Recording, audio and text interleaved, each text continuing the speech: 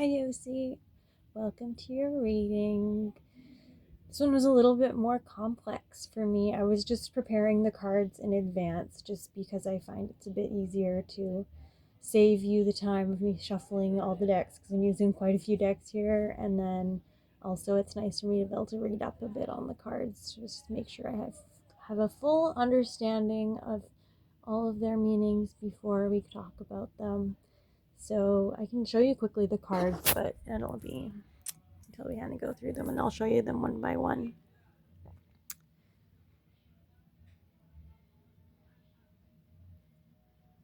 So let's get started. Okay, so the first card that I pulled here from this Oracle of Pluto deck was the skunk as a spirit animal. And the skunk means alternative solutions, resourcefulness. At one of the most infamous members of the animal kingdom, the skunk is a force to be reckoned with. Armed with a smelly spray that can drive away even the most aggressive predators, the skunk knows how to get and keep what it wants. Its defensive tactics are also some of the most unique around. If skunk energy is present, you too could benefit from tapping into your resourcefulness and finding a solution through innovative means. If you've pulled this card, it's likely you've been trusting your tried and true methods to solve a problem, but it seems the harder you try, the more elusive the problem is, or the solution is. Consider for a moment the resources that do exist outside of you. Sometimes the answer really does lie in another person. Seeking the help of someone you respect and trust may be necessary now. They will bring not only a fresh set of eyes to the issue, but probably also hold a different perspective and approach that may be the key to the lock. It may simply be that you need a sounding board, someone who can help you get in touch with qualities or tactics you possess that you hadn't thought of yet. Alternatively, it could just be that you need some step away from whatever it is and give yourself some time and space to think without actually engaging with it. Step outside the box.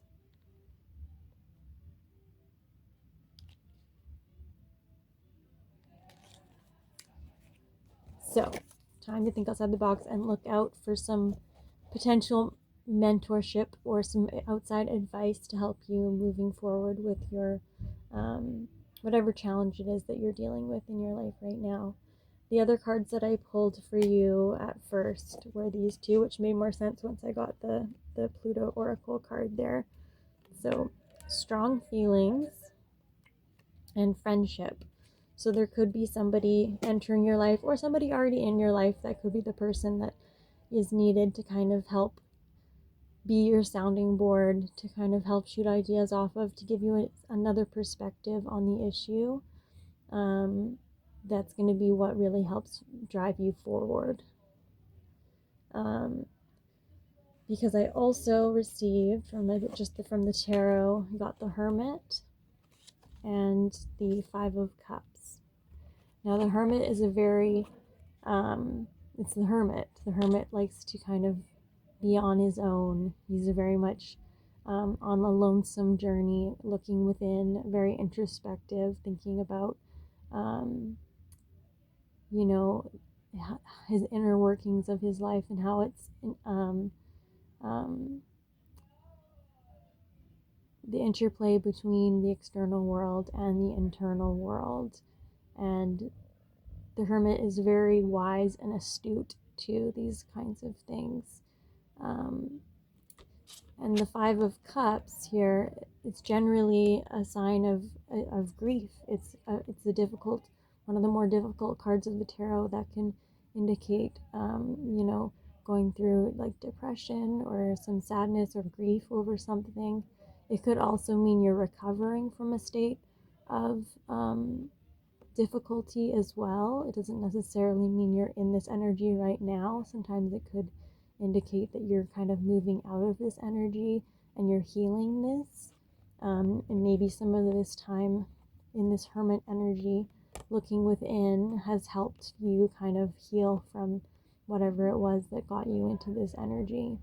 But regardless, I think the kind of message that Spirit is giving is that you would benefit from some external advice, some external perspective to help you kind of navigate these next few chapters of your life here, especially if it's with respect to one particular issue or topic that you're trying to kind of figure out what to do on.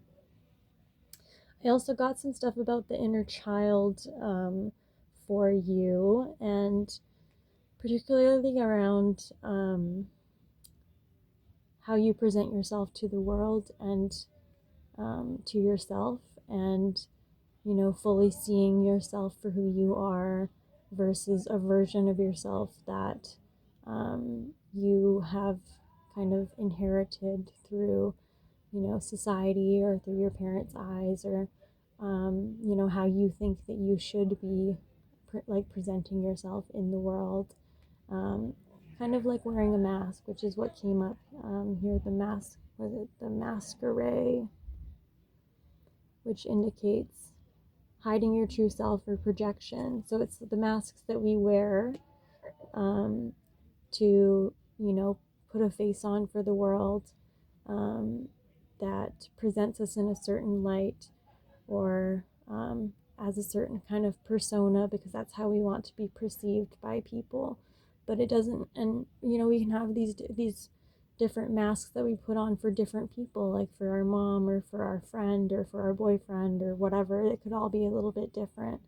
The person that shows up to those situations and how they arrive, and what their approach is, could be a little bit different, and that kind of speaks to like the different masks that we wear as people, and how they kind of sometimes can help confuse us from who we truly are deep down, the oneness of who we are versus the kind of many ways that we present ourselves to the world. I also pulled this, it's a Healing the Inner Child deck, which seemed quite similar actually in how it was kind of discussing the topic of entanglement. Let's show you that one there. A little bit of a creepy picture. So we are born into a story that is already being told and has been told over many generations. We must untangle the threads that keep us bound to the limitations of this story in order to keep our lives as empowered adults. We release entanglements by identifying the fears, beliefs, and behaviors we have adopted that keep us bound to suffering over generations. We need to bring to light who and what has excluded or what was excluded or silenced. As long as someone in the family lineage is excluded, the repercussions will be felt by everyone in the lineage. An effective way of releasing entanglements is to identify and release your worst fear. Another clue to an entanglement could be if growing up you were told, "You are like your grandmother," or "You remind me of so and so." And you might also be entangled if you are repeating the same behavior patterns as a family member, or carrying fear, anxiety, and grief that do not belong to you. These emotions travel down the generations and need to be released back to their original owners with love and respect. This card indicates it's time to recognize something you have been carrying that does not belong to you. So speaking of these masks, could it be that you're wearing some sort of mask or some version of a mask that maybe doesn't serve you anymore, or maybe isn't a true reflection of who you really are, but rather something that you've inherited down ancestrally?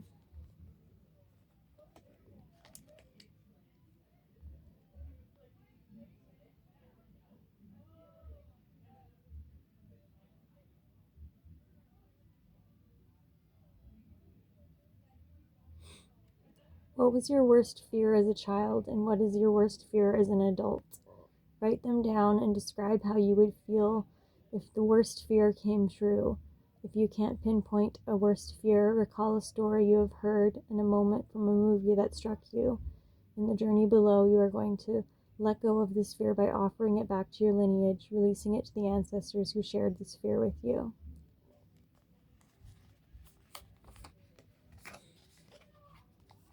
So releasing attachments and masks that we wear that may not necessarily belong to us. I also got this card, Break Free, which is from my homemade tarot deck. I made these when I was in the mental hospital. So they're kind of shabby, but yeah, a better way to tackle a to-do list. Experts say when you're number one, break free from stress, break free from obligations and patterns and things that we don't actually necessarily need to partake in, but we do just because we feel like we should or because we always have. But, find those opportunities to break free and, write a new story for yourself.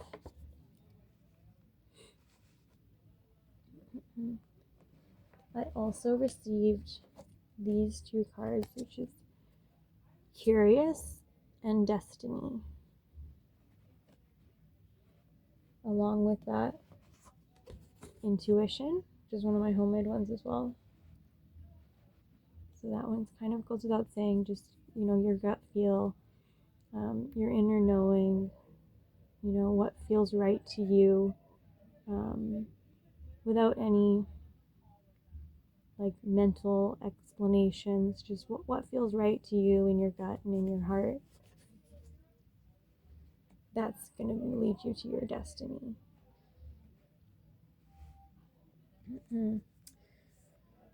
Okay, yeah, and then these two here. So we got, so kind of for the advice, we got the Fox and Ivy for adaptability, which is kind of speaking to, ivy is very, very much a strong plant. It's very sturdy and hard to kind of remove. It can withstand a lot of difficulty. It's very resilient. And same with the fox. The fox is very adaptable and it can handle a lot of changing environments, and it has a lot of ingenuity to navigate difficult situations and find creative solutions to various problems. So to be like the fox in your approach and be a bit more flexible. Try, maybe instead of putting on that mask that you normally put on, try on a different mask. See how that feels for a bit. And if that doesn't feel right, then take off a mask. See how it feels with nothing underneath. What I've found is that it's not that there's no mask underneath, there's just mask underneath mask underneath mask. So sometimes it's a process of unpeeling them and discovering, as the closer down you get, the closer you get to who you truly are. But it's never a one and done deal. It's a constant process of unfolding like a lotus. I thought this was interesting as well because I pulled Palo Santo, which one I've been burning all day in my place, which smells delicious. I got that as a Christmas gift. So Palo Santo is the guardian. And so just reading it, I was surprised to see that it says Palo Santo is a protective one that grants us the power of unlocking innate gifts that have laid dormant, inactive, or blocked. Palo Santo, like the fox,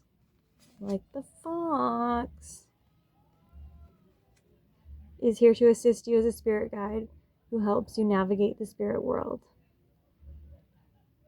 The Shrew, I don't know how to say that, Shrewen foxes, native to South America, nestle among the desert forest of Palo Santo for shelter, living in symbiosis with these precious trees. Foxes are symbolic of the afterlife, invisibility, and the sacred trickster. Palo Santo neutralizes the venom of dark tricksters and alchemizes its poison into gold, becoming the sacred trickster. Palo Santo is here to remind you to activate your dormant gifts. Your intuition will tell you what those are. You are a guardian of the sacred that has walked many paths. Know that you can neutralize the greatest of poisons and even outwit the smartest of tricksters, just like the fox. Oh, my foot's asleep. And one more card, if I can make it. Ow. Okay. The last one is kind of, last piece of advice here. So The sacred flow of yes. Movement, ease, things falling into place effortlessly. Positive validation and support. The universe is looking after you. So you have people out there that are looking to support you, and not just people, but cosmic forces are working in your favor. They're conspiring in your favor, and all it takes is that you ask for some support when you need it, and it will be provided to you. Have you ever noticed how happy, optimistic people have all the luck, and how the haves keep winning at bingo while the have-nots keep encountering barrier after barrier in their path? Like a stream of helpful energy, the sacred flow of yes is being where you're meant to be. When you're on the right wave, you are on it. You are so completely enveloped in your right vibe that it practically whooshes everything you need into your lap. When you're following your intuition towards your destiny, you're in the sacred flow of yes. Yes to a new contract, yes to a better place, yes to a dinner date. It's time to act like water and flow around any problems you may be experiencing. You may be forcing your way upstream right now and stubbornly pushing a dam that's meant to guide you towards a more prosperous path. Since I know you're not a salmon, there's no need to keep swimming into headwaters right now. Instead, flow around the gates of not yet by finding a path of least resistance. The sacred flow of yes is like a river, so remember that rocks are only put in your way as markers meant to nudge you towards your simplest solution, not as challenges meant to be dominated or controlled. Is there something you're being stubborn about? What are you forcing instead of going around? What new skills could you acquire to help you level up and get above these barriers? Are you seeing challenges in life as failures when they are really just lessons and guideposts? The universe has a big sacred flow of yes for you, and if you could let go of one thing that would make life easier, what would it be? Something to think about. That's all I have for you. I hope this helped, and I hope you have a great night.